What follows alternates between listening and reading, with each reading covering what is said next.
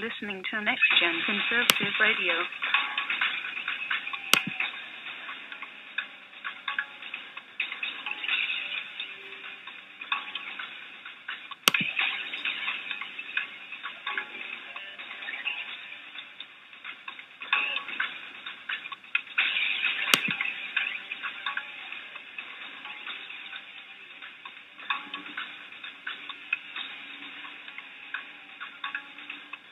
You have entered the analysis zone, a place where political correctness is non-existent.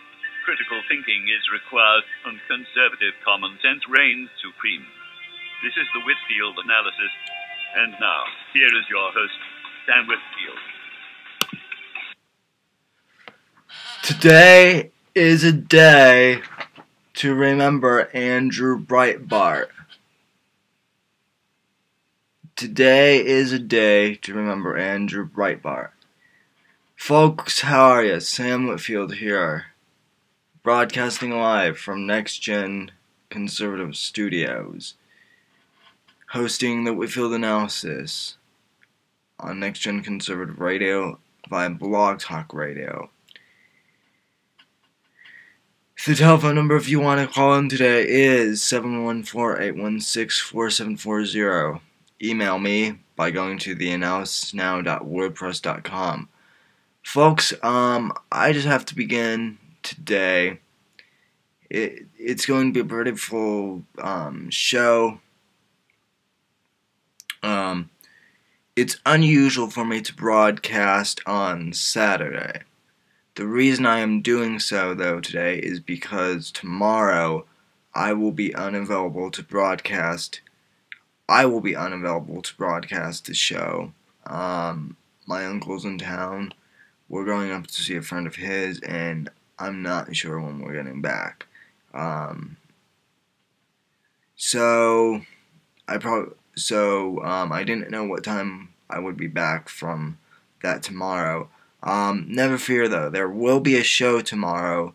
Greg Blackie, who is my colleague over at the highschoolconservative.com,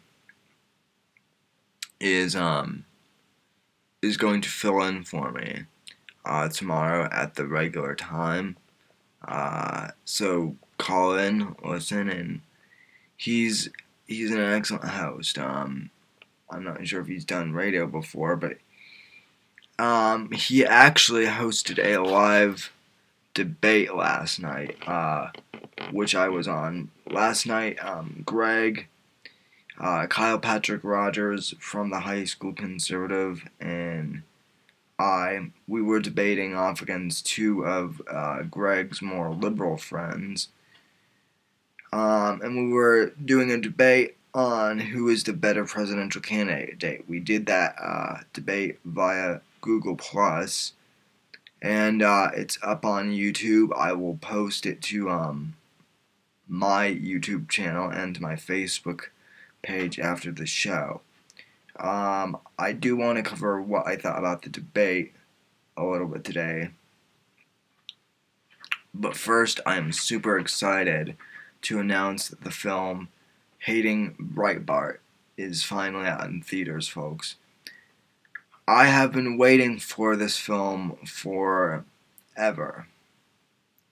Or at least that's how it seems like. When Breitbart died back in February, I was shocked, as was the whole entire conservative movement. Breitbart was a champion of conservative values, and he is really the one. He and Matt Drudge are really kind of the godfathers of the conservative media movement. Some of you may have read my column that I wrote over on the Analysis Now about conservative media, what I call Conservative 2.0, and just how it's changed everything for conservatives. Well, Andrew Breitbart was one of the innovators of that movement.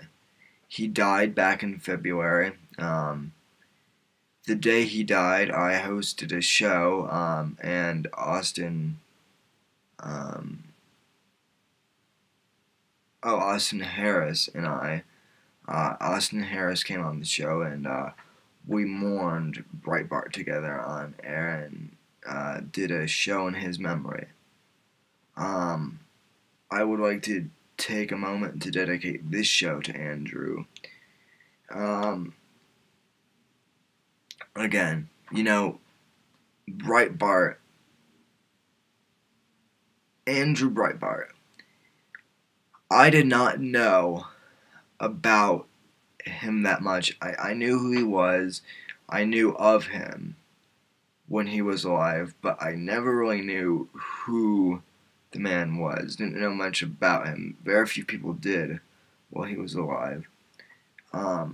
After he died, I really started to. I YouTubed and Googled everything I could on the guy, and the man was just simply an amazing warrior. Not very many people know this, but he was actually originally, he was a liberal in his college days, and it wasn't until after he graduated college that he started to wake up and realize, hey, there's more to this. Maybe the conservative values aren't so bad at all. At all.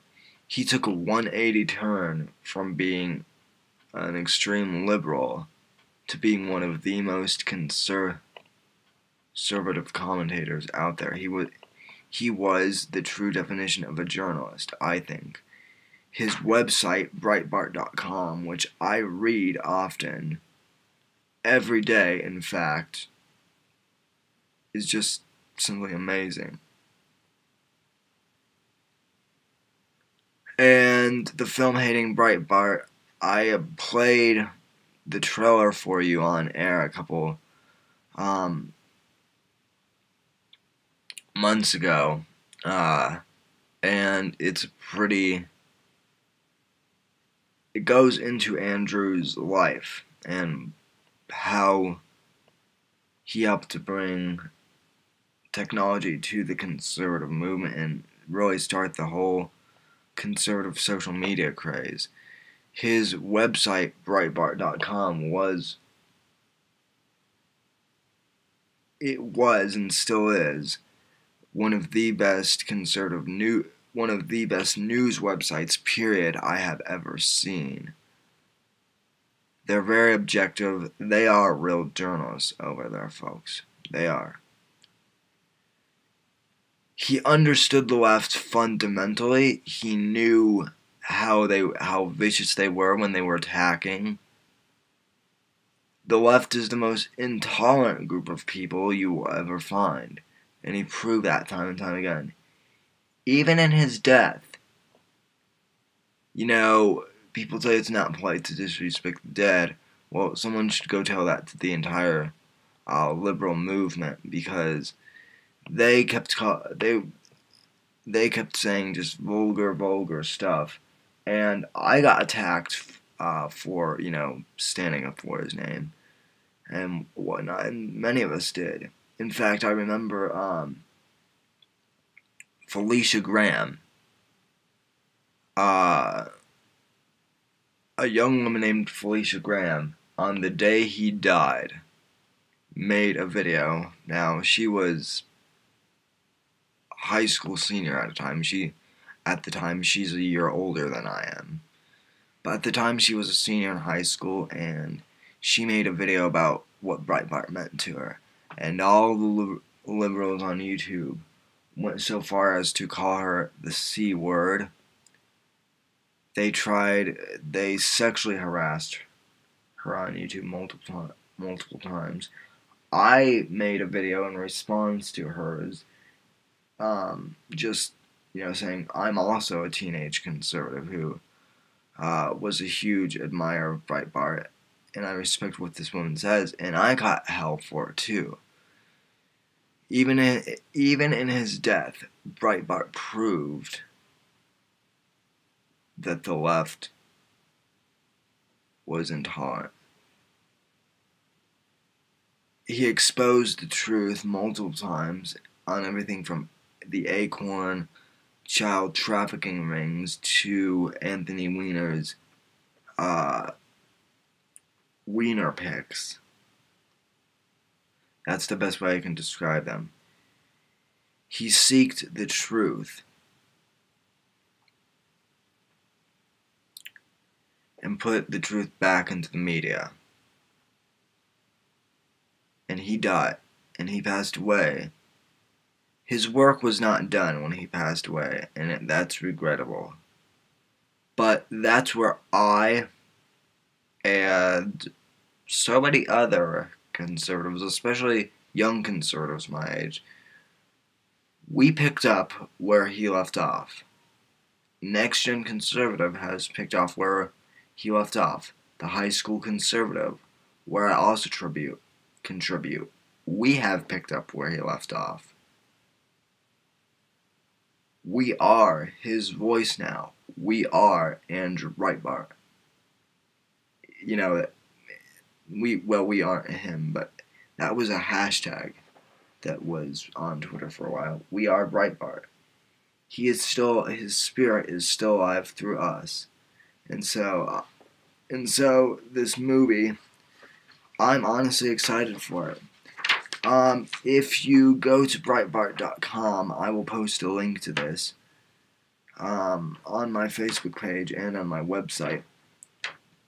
You can actually find the first 20 minutes of Hating Breitbart on Breitbart.com.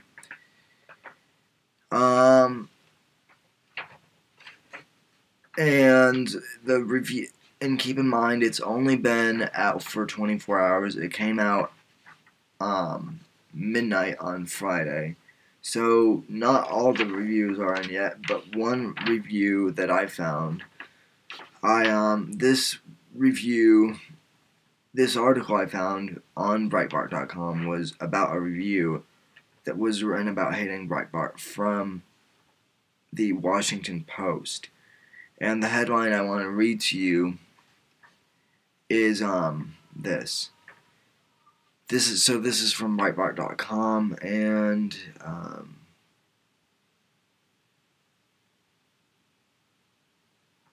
I forgot who wrote this article. It's not showing, but anyway, the headline is from Breitbart.com is Denial. Washington Post's Hating Breitbart review says mainstream media not liberal. And then the headline starts, the Washington Post gave Hating Breitbart 1.5 stars. Surprised? You shouldn't be. Conservative films routinely get crashed by movie critics, who may even be more left-leaning than traditional journalists. No small measure. The review itself is critical of the film without the kind of ugly details that would warrant such a puny star rating. The article's biggest however deals with liberal media bias. To critic Mark Jenkins, it just doesn't exist. But mainstream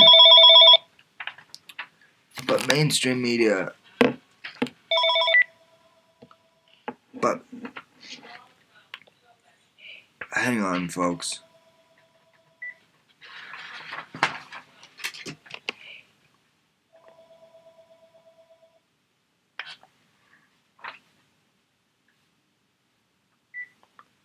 Hello?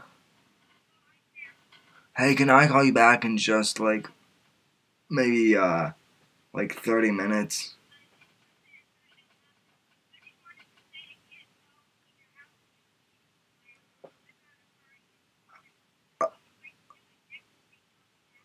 That's fine. I'm having a guy fill in for me too, so anyway, thanks. Bye. Alright folks, sorry, phone call. I had to take that. Anyway, what I was saying, this article was saying that so let me start this article back up. The review itself is critical of the film without the kind of ugly details that that would warrant such a puny star rating. But the article's biggest hour deals with liberal media bias. To critic Mark Jenkins, it just doesn't exist. But mainstream American journalism, with its devotion to official sources and conventional wisdom, is no more popular on the left than on the right. And Breitbart's website specializes in showing people behaving stupidly, which is or should be a relatively small part of what journalists do. So says the paper, which turned, which chose Macaca into a weaponized gaffe that all but killed George Allen's senatorial hopes back in 2006. Or what about the outlet's absurd N-word story that helped derail Governor Rick Perry's presidential aspirations? The Washington Post's list of biased reportage would fill dozens of articles. Okay, so that's the end of the article from Breitbart. Basically, what the article was saying was that this film critic was complaining about how hating Breitbart was pointing out liberal media bias, and this reporter was saying, this film critic was saying that no, the mainstream media is not liberally biased. But then the guy that wrote this article on Breitbart listed several examples of media bias. The mainstream media is biased, folks. We should not be allowed. We should not be. We should not be afraid to say that. Sorry. We should be allowed to say that, and we should not be afraid to say it. Yeah, that's what I meant. Anyway, so great film. I'm looking forward to seeing it. Now, it's not in theaters nationwide yet. In fact, the majority of the theaters that I have found are in Texas. It has not expanded to the full U.S. yet. However, if you go to hatingbreitbart.com, you can go and sign a petition. You can go fill out a form to request it. To request that it be shown in your state. I did that this morning before today's program. And I asked for it to be shown here in Colorado, and I encourage you to do the same wherever you are. So, we've got about 10 minutes left. It's amazing how 30 minutes just manages to whip on by. And I want to spend that time talking a little bit about the debate. As you know, as I told you at the beginning of the program, I did a debate with Gregory Blackie and a couple other high school conservatives and liberals talking about the debate last night. Talking about the debate that happened on Tuesday. So here's my review of that debate, folks.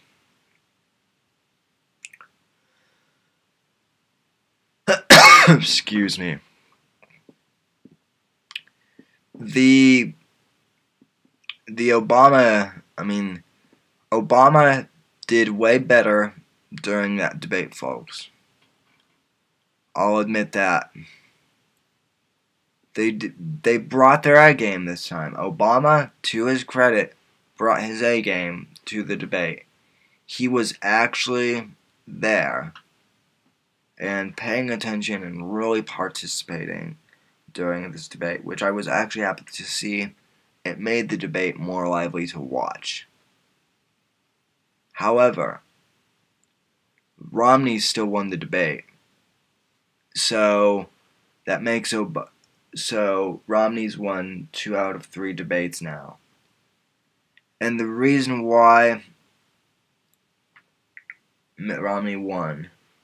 Now this all comes from your point of view. If you were paying attention and you've studied Obama's lies, which I have, Romney won the debate because Obama lied so much last night.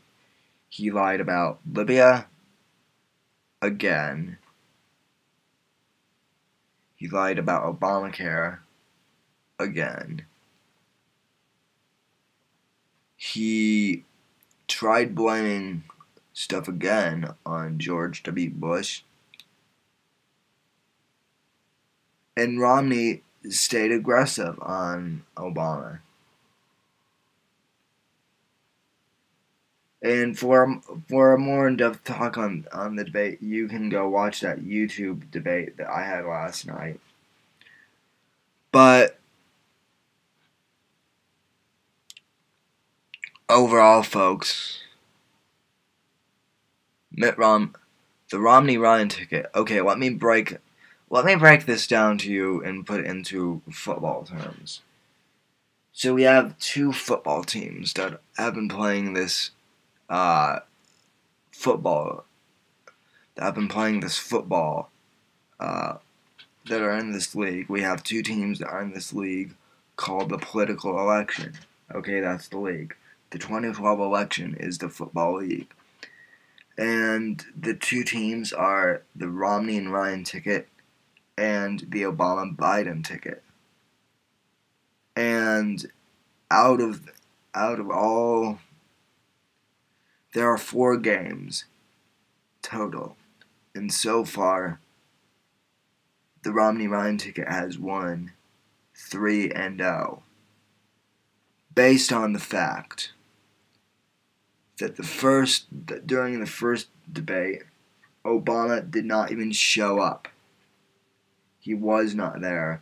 Romney massacred him. I've gone over that debate several times now. He just was not there. He was not eloquent. So that was an epic fail for him. He lost the first debate. Romney won that first debate. Second debate we saw was the vice presidential debate between Paul Ryan and Joe Biden. I've also talked about the debate. Biden was laughing during the entire time. He was interruptive. He was rude. He was dismissive of Paul Ryan. He was over-aggressive. He showed his true a-hole personality. And the whole entire a-hole personality of the left. And it really turned people, even independents, it really turned the independents off. And so therefore, Ryan won the debate for the Romney-Ryan ticket as well. Ryan remained calm. He remained polite. And he just came off as a very polite young gentleman.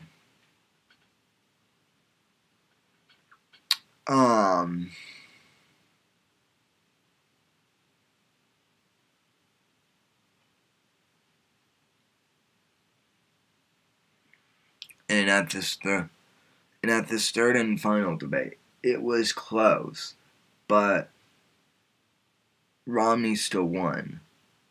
He was able to present multiple facts. He had a way stronger economic plan, and he was able to disprove some of the president's lies. The only way that Obama was even close to winning that was because Cindy Crowley, the moderator, was in the tank for Obama. And at one point, and she picked out some pretty stupid questions, I thought. The worst of them was how are you, Mitt Romney, and George Bush different? What the heck are we even doing bringing Bush up at this point? It's stupid. It's useless. I think Romney handled it very well for such a stupid question. But he still won the debate. Case closed. I apologize, folks, but I've got to get out of here a little early. Gregory Blackie will be hosting tomorrow at the regularly scheduled time, which is 4:30 p.m. Mountain Time, 6:30 Eastern Time, here on Blog Talk Radio and Next Gen Conservative Radio. I'll see you guys next week, and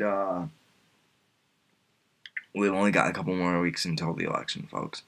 Until then, God bless. Have a great week. Have a great weekend. Have a great week, and I'll see you next Sunday. Alright. God bless, folks.